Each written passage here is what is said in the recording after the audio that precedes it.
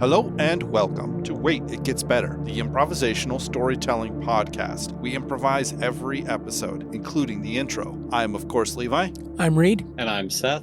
And every week we take story elements that we found at the bottom of a well and we put them into large vats of soup. And then we take those soups and we pour them together and we make a master soup. Welcome to the process of making master soup. Yum. Yeah, Reed, the soup that you made yesterday was very good. And the story you told me. Both of them were good. The story element I have for this week is history. And can I just say, boys, I'm excited for it. History. Well, mine is something based on a book I'm reading. And I have magic system. Perfect. Should I go first? I would like you to go first, and I would like to go after Seth because the information, the world building things that you will do will guide how I improvise my element into the story. Perfect. So close your eyes with me, if you would, and picture the most idyllic and most classic fantasy world you can imagine, right? This is a world run by kings and queens, elves and dwarves, humans, orcs, right? Fairy forests, large towering spires, mad magicians who do magical works, right? It lives mostly in peace. There are, of course, skirmishes, but it lives mostly in peace. This is an idealized world. Everything, if you think about the classic fantasy world, this is it, right? And everyone operates in this world normally. I mean, there's elves, and they live in the forest. There's dwarves, and they live in the mountains. There's humans, they live everywhere. You know, there's drow, there's half-elves, there's orcs and goblins who waylay people in the mountains. There's halflings, sometimes called hobbits. And average people are heroes, should they want to be. Some people choose the life of a blacksmith. Some people choose the life of a innkeeper or a tanner or a farmer. Most people choose that which their parents were. You know, their parents teach them as they're young to choose these things. Sometimes a child gets sick of his blacksmithing apprenticeship and joins the army and goes and fights a campaign against the barbarian hordes. Sometimes heroes rise up, you know, legendary heroes. There have been hundreds of heroes. The world is open to everyone. Should a person want to study magic, all they need do is go to one of the many colleges, study magic. Should a person want to discover sneaking and stealth arts, all they need do is find one of the good-natured Thieves Guild members, you know, or sneak into a forest and find a Robin Hood type character who's willing to show them the path of the ranger, you know. Talk to the tower guard if you want to learn how to use a sword. This world has been going on for 100 years in this way. We have history of much longer than that, but for about 100 years has the world been going on in this way. The only thing that is out of the ordinary, the only thing that is different, the only thing that gives anyone any pause to say this isn't the perfect place to sort of capture everything that you would want and become everything you think you could be are the dreams. Every night when anyone sleeps, they have terrifying dreams. These dreams are of a dark, hellish landscape devoid of plant or sunlight, of large gray buildings that reach up to the heavens where there really is no light, of stumbling down pathways lit with a white, cold light, of futilely trying to move packages and rocks, of sitting in front of glowing lights for hours on hours. And so, but everyone experiences these, and so because the fact that everyone experiences these, everyone also understands, right? There are a number of famous wizards who are put in charge of trying to figure out why this is happening. There are a number of herbologists, people who work with herbs and stuff to try and settle people's minds when they sleep. And it works. Herbs have been developed to help children, especially because children have them from the beginning. to settle them so that they don't experience them until they reach about the age of 18. And then as soon as they reach the age of 18, as soon as they reach like an age in which they would start choosing their own job for themselves, the dreams come back. And so life is beautiful and hard and good in the waking world, but there's this kind of unsettling reality because everyone shares these dreams. Everyone has the same dream, not the same place or doing the same thing, but the architecture is the same. Everything is the same in these dreams. And so they want to know why. They don't know why. Do you guys want to know why? Yeah. Seth, do you want to know why? Oh, yes. Yes, go ahead. At the end of the last age, when nuclear war had driven human beings underground into their large bunkers, millions of them, hundreds of millions of them, billions of them, all around the world, an initiative was put out to put people to sleep in suspended animation in order to reduce the resources needed. And so these large concrete bunkers lit with fluorescent lights, hundreds of them all around the world. And in the dream state that they're put into, the person who developed the technology for this was, in fact, a developer for the full dive MMO RPGs of the future, right? Who had the most expertise developing the full dive technology. And so he created what was the most stable system that he understood and could give people a purpose, which was a fantasy world. So every day, everyone lives their life in this fantasy world, but then every night, people are called forth from their pods to do simple maintenance tasks, right? Not even their full brain functioning. And they sweep floors, they repair machines, they move cargo, they monitor computer systems, and the dream wasn't always there. They've been in this thing for about 200 years. People living and dying, having children, right? I'm not going to explain how a husband and a wife have children, but that all's happening. Children growing, living and dying during this whole time. Magic being the answer to why people live longer than normal. But about 100 years ago, humans began to notice the issues, the inconsistencies, the gameplay loops is what we call them in the gaming world, right? Anyone can learn magic. You just go to the wizard in the tower and accept his quest to gather crystals, and then you too can learn magic, right? Humans begin to see these things and break and try to wake up. And kind of like a virus, this happened. And so now humans remember. They don't remember in full clarity. They don't remember as themselves, but they remember waking up now at night and doing all these things that they are tasked to do. And that's on one side. But the reality is that people have forgotten that this is the world that they live in. You know, the fail-safes failed long ago, and people are living in a fantasy world. So the world will primarily take place in a fantasy world of magic. But there's this kind of aching need, and maybe that's a bit of the villain's desire to find out. Maybe that's a bit of the hero's desire to find out why everyone has these dreams. But the reality is the reactors are dying, power is failing, and the world is coming to an end. So that's the history of the world that we are in. Not the world that we're in, hopefully, but the world that our story is in. So what do you guys think?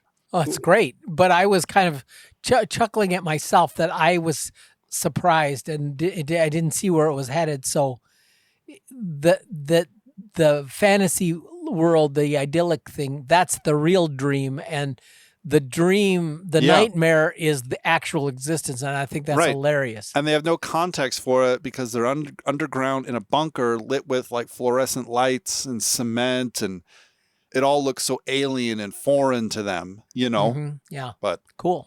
Seth, you want to introduce your magic system, or do you have any interesting world building ideas? Sure. I'll bring in, whether it's the magic system or a magic system. I have a bit of an idea for it, but I don't know. We'll see. So the magic system that I came up with was a type or way to capture an essence of something. Okay. Kind of like to capture an essence of the wind or of fire or of heat or of a plant or, anything that you could conceive to, capture its essence. you'd have to write a name for it on something or carve it into something, a piece of wood, a stone, a gem. And let's say if someone made a solid gold bar, carved with this name on it, right? It wouldn't necessarily make it more or less powerful. Okay. But be like you would carve on something, let's say like a stone, right? You'd carve out the name of something that you would identify as the essence of fire, right? And you would create a name for it. It wouldn't have to be fire itself, but something that you would come up with, a name or a phrase, right? And then you would keep it by the fire on the off chance that the essence of fire would find a home there, and then it would light up, right? The carving in it would, if it had taken, it would then like color itself or light up in some way. Maybe not luminescence, but definitely have a change to the name that you have written on there, be it a stick or a rock or something. And then let's say like if you held fire, right? And then you could then say the name that you wrote on there, and you could make yourself like a torch, right? Or a lighter. Or if you like made like a chime, and decorated it up to kind of entice the essence of wind, right? And you set it out and you carved a name on it. And then let's say it gathered that essence of the wind and you put it on, your shoes or on a horse or something. You could activate that, and it would then carry that speed of the wind through, your footwear or the horse or the mode of transportation, right? And so you could collect a lot of these. And again, just because you had, let's say, an emerald, it could hold, a weak essence. The let's say quality of the item doesn't necessarily guarantee, a stronger or weaker, essence that it can contain, right? So there's no particular status in it. But that's, kind of the basic idea of it. That's really interesting. So one could adorn like different pets with different things. And then that pet, like I said, with the horse, with like the wind, or you could attach him to a different pet, a dog or a cat or a ferret or, something else that then would, be able to kind of channel through that, with the way that you use the pet, or then the pet taking on some of the aspect of, like taking a fire, I don't know, essence totem, and then you'd put it on your little lizard, and you could make like a fire breathing pet, or and the different essences of whatever could be just about endless, so long as you had the patience or the curiosity to see if you could catch it or not. And I imagine some essences are much more likely to find a home in totems, and some essences are, it's like some of them will immediately go to a place, maybe depending on how prevalent they are, and other of them won't, because you said it's like you'd put it next to a fire in the hope that the essence would find a home there. Is it like a fuel that's like used up, or is it just like, it's kind of like enchanting? You've enchanted this thing and now it has that power or that essence in it. I would say it would be like more of an enchanting. Okay. Right. With the name. Right. Yeah. I don't think it would necessarily be used up, just that some would be stronger and some would be weaker. Right. But you have no way of like enticing anything stronger or weaker based on, the material you used. You could come up with different names hoping to entice, I suppose different aspects of the fire. Right. Because like a campfire would be a lot different than, would maybe respond to a different name than like a volcano fire would. Yeah. Although you might put it out and you might entice an essence of the heat of the fire, right? And then have to, find a different way to describe flame as opposed to the heat. Right. And so that would be kind of a way around it. But again, what's that?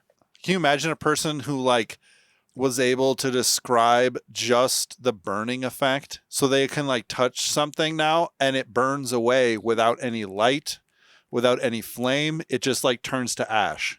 Yeah. Oh, so the names of things some names are really common, but like trying to get a really specific name. I had this idea as you were talking of a woman with like a bun of hair with like a bunch of like dangling ornaments. And she walks up to someone and she asks who they are, and they say a word, and a little ornament in her hair, like it's like a little bell, and like ding-a-ling-a-ling. And she looks at them, and this has the essence of truth in it. And so when it detects a lie, it like reacts. Wow. Like I said, what could be contained in it would be nearly endless, as long as you could find a way to describe uniquely the essence of what something would be, and find a place, like you take there and say a bunch of truths to like a little earring, until it was like, I've captured the essence of, truth. Right. Or, even, I'm thinking taking where you want to put this, because my mind went in two ways. One, this could be something that's used inside of their fantasy game, or it could be something that is a change in the world if they ever make it out of there and have to make it to the surface. Right, for sure. That's why I said part of my thought is it's yes. The answer is yes. Because one thing I really love about the Play to Live series by D. Roos is this idea that like, which is a lit RPG, right? Which is a book about a fantasy game. And one thing I really like about that is that my idea is that the creator of the Matrix or the suspended animation environment, he's dead. Right? He's been dead for 200 years. But when he created the thing, he didn't understand the power of all the souls of the world being put together to focus on a singular reality. And so like, it wasn't 50 years into the original launching of I'm not going to call it a game because it wasn't a game. It's an environment. It's the suspended animation. Yeah, it's an environment. It's a game, but it doesn't have scores. It doesn't have leveling. It doesn't have any of that. It's a world. It's a reality.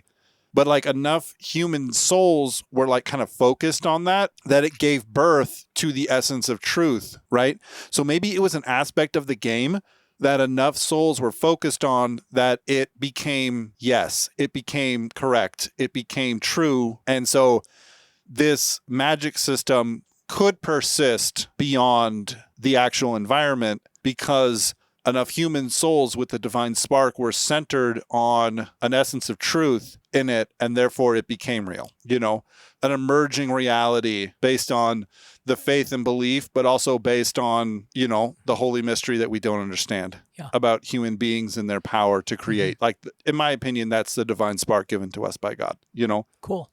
So that's really cool, Seth. My brain, like, that's a very awesome magic system. I'm trying to like, how would I make a fireball? How would I make a teleportation circle?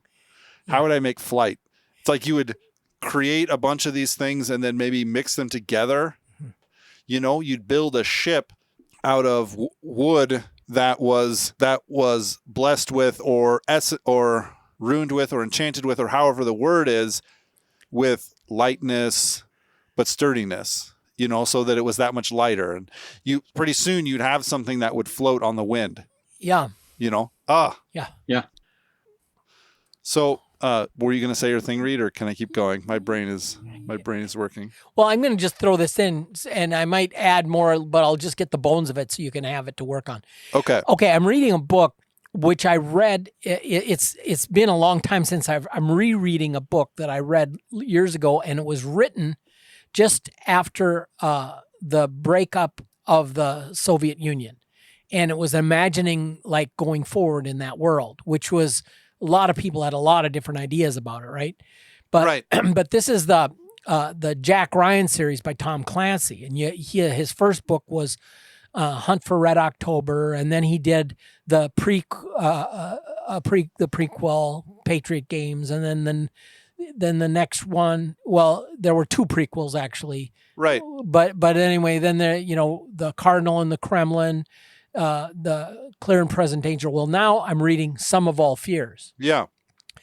And so the way what you have is you have a disaffected people group, and the way they're acting, they are terrorists. Their intention is to wage unconventional warfare because they don't have the power of a nation state to tax, and they're a gang, but they draw their appeal from being a disaffected people group. Right.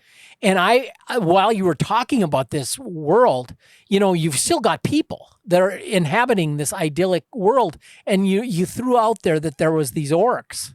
Well, what I've got is my idea is you've got an orc he's got his little gang of people that he leads, and he's on the outs.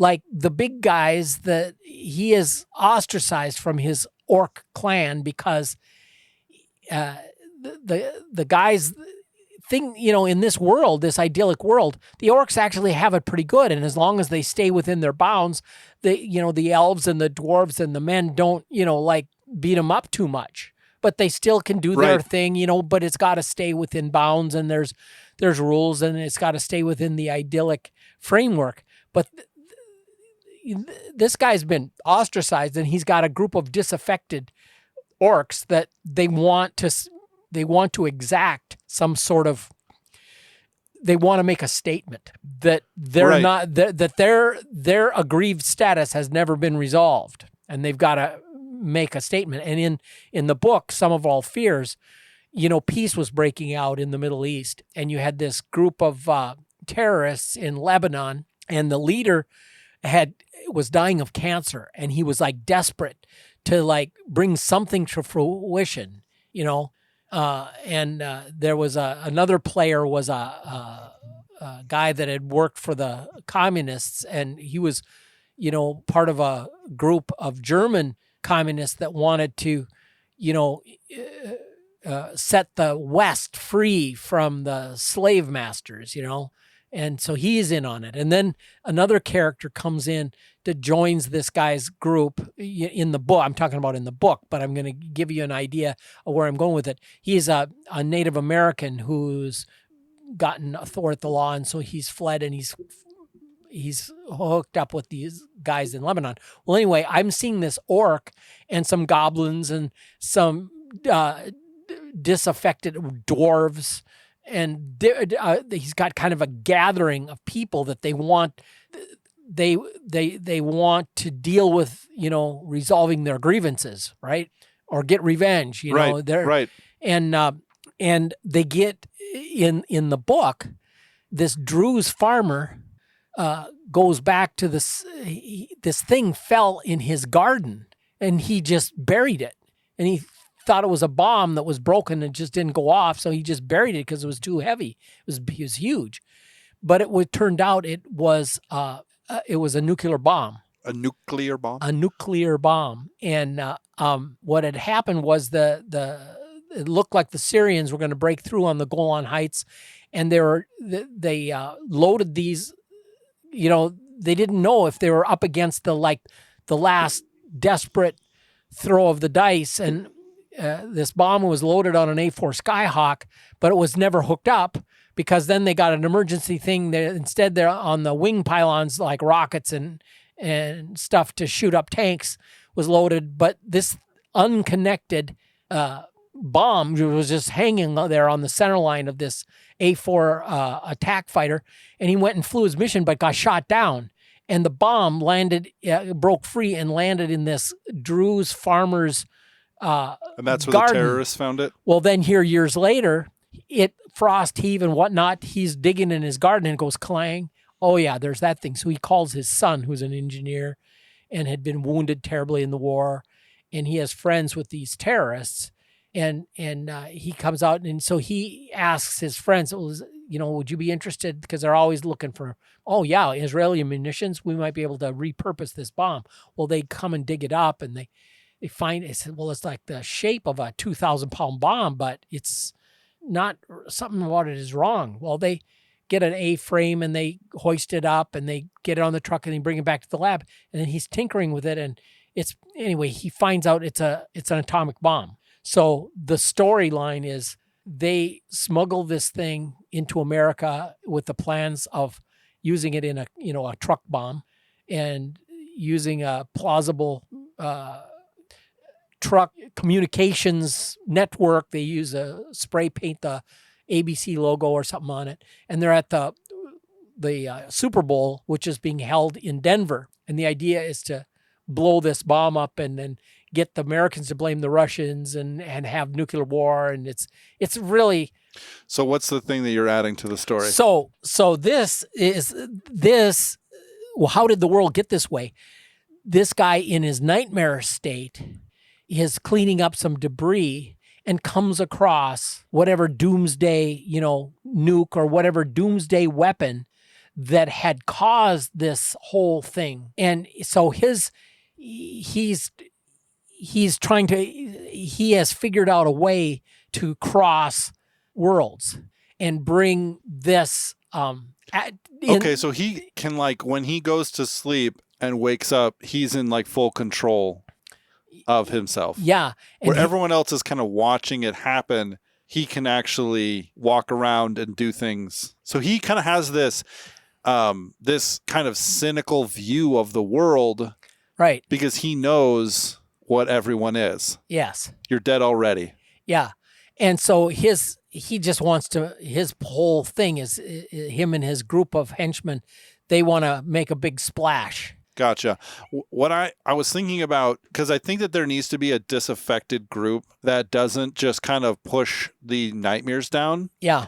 I think that he is a disaffected group of the disaffected group. Yeah. Right? Away in the mountains, over the mountains in the Darklands, there's a group of people who embrace the dream. Yeah. Right? They aren't evil, but they aren't exactly good either. They want to live in reality. Yeah. And so they, are formed of people who are disaffected of the kind of idyllic world that exists. Yeah. They don't want to kill them, but they've started to like reconstruct the facility to understand it more. They paint all of their walls the cement gray. Yeah. To try and be more connected to the dream. Right. And this is a group that this orc and his band were a part of that because they were disenfranchised. Yep. And then they were like, we have to rise up. We have to prove to them. We have to show them. We have to hurt them. And the group said, no, that we're here to understand. Yeah. Like, we don't even know if what you're saying, this is what we think is happening. And so he's disenfranchised from that group and now using his knowledge to try and ruin the whole world. Yes, pretty much. So it's his hope is that he doesn't understand fully what the capabilities of this device is, but he knows that it is going to be bad, and he can inflict a lot of pain and suffering on people that have it coming. Right, absolutely. So something I'm thinking maybe with some of the more disenfranchised creatures of the world. Because I would say in some fantasy settings, and I don't know, I'm thinking of some of what I'm pretty sure that different races hate each other in some of the D&D stuff. But aside from that, other instances where like orcs or goblins are like kind of part of things, not necessarily evil, but they're, maybe just more cranky or considered like the outlanders, the weirdos. Yeah. And so in a fantasy setting, let's say, especially if you were playing a game, you have your groups of people that would go in choosing that as a, beefed up stats, maybe, right. The different skill sets that they have. I'm thinking of, like setting up a D&D character, right, where you might pick like, a barbarian with rage and... right. Well, you'd pick an orc because it's got 120 feet of dark vision. Who doesn't want to see 120 feet in the dark, Exactly. And so at first, let's say there's some enticement, and that's why then some of these people have been locked into this same race, right, per se, when they step into the suspended animation. And what happens is that then when they die in game or in the suspended animation, right, if they're fighting, right, a lot of times in something like that, there's, revive and, You have your mages and healers, and, Right. Yeah.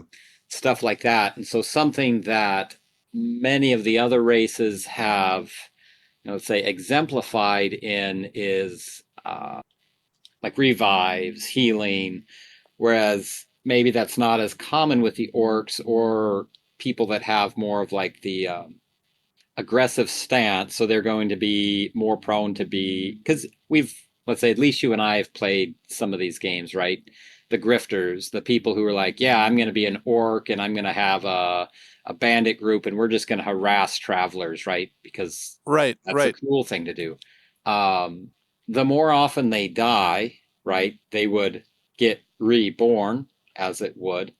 And let's say over time, or maybe because this thing is waning, the like connection between like taking on an idea of a new character for some of these people that might not just come to their end in their own natural lifespan, but then are constantly getting killed in Right. suspended Right. animation. That's possibly why they start feeling that the dream is something else, maybe being hyper fixated on it because they've experienced, let's say, more often experienced like okay, your character died, we're Yeah. restarting you into the A system. reevaluation of like their personality, kind of. Yeah. Yeah. And so Interesting.